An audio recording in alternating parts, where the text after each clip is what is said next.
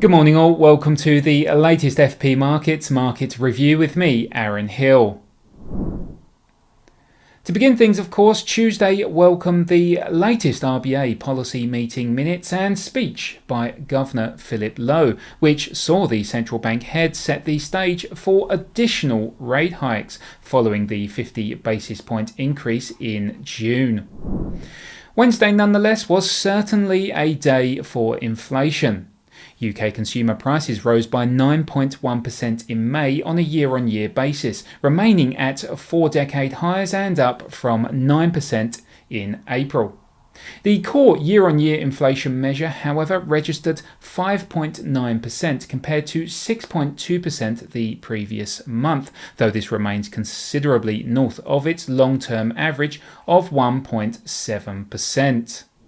In foreign exchange, sterling has indeed fared poorly this year, down 9% against the US dollar, nearly 5% lower against the Australian dollar, and 2% versus the euro. Beyond 1958 support on pound dollar, the next obvious downside objective can be seen around pandemic lows of 14.10.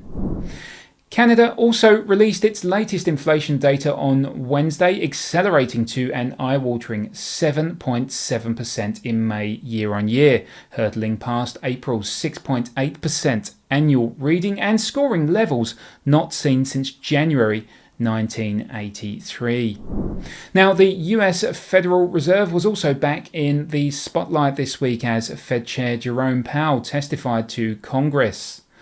According to Powell, his commitment to taming spiraling inflation is unconditional.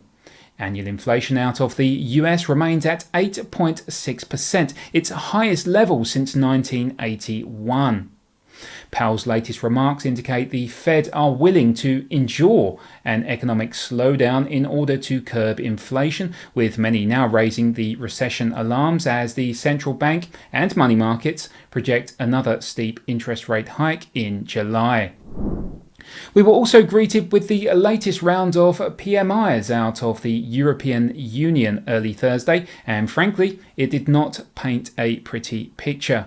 June's flash estimates of French and also German PMI data recorded softer than expected readings, adding to recession fears. Despite trading higher across the board so far this week, major US equity benchmarks continue to probe bear market territory. Many analysts claim the latest pullback presents a sell-on-rally opportunity for investors, yet with the S&P 500 recoiling from what's known as an alternate AB equals CD bullish formation on the weekly time frame at 37.43, technical resistance is not expected until around the 38.2% Fibonacci retracement at 40.93. US Treasury yields demonstrated a somewhat bearish picture this week. The benchmark 10-year yield is on track to pencil in a weekly bearish engulfing candlestick pattern, following the prior week's shooting star bearish candle pattern from an inverted head and shoulders take profit objective at 3.24%.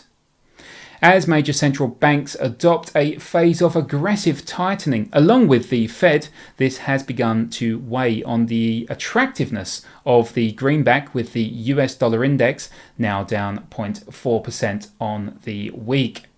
The dollar index's 50-day SMA at 103.04 calls for attention to the downside, followed by the daily trendline support around 102.42. Thanks for watching Market Review. Till the next time, take care and have a wonderful weekend.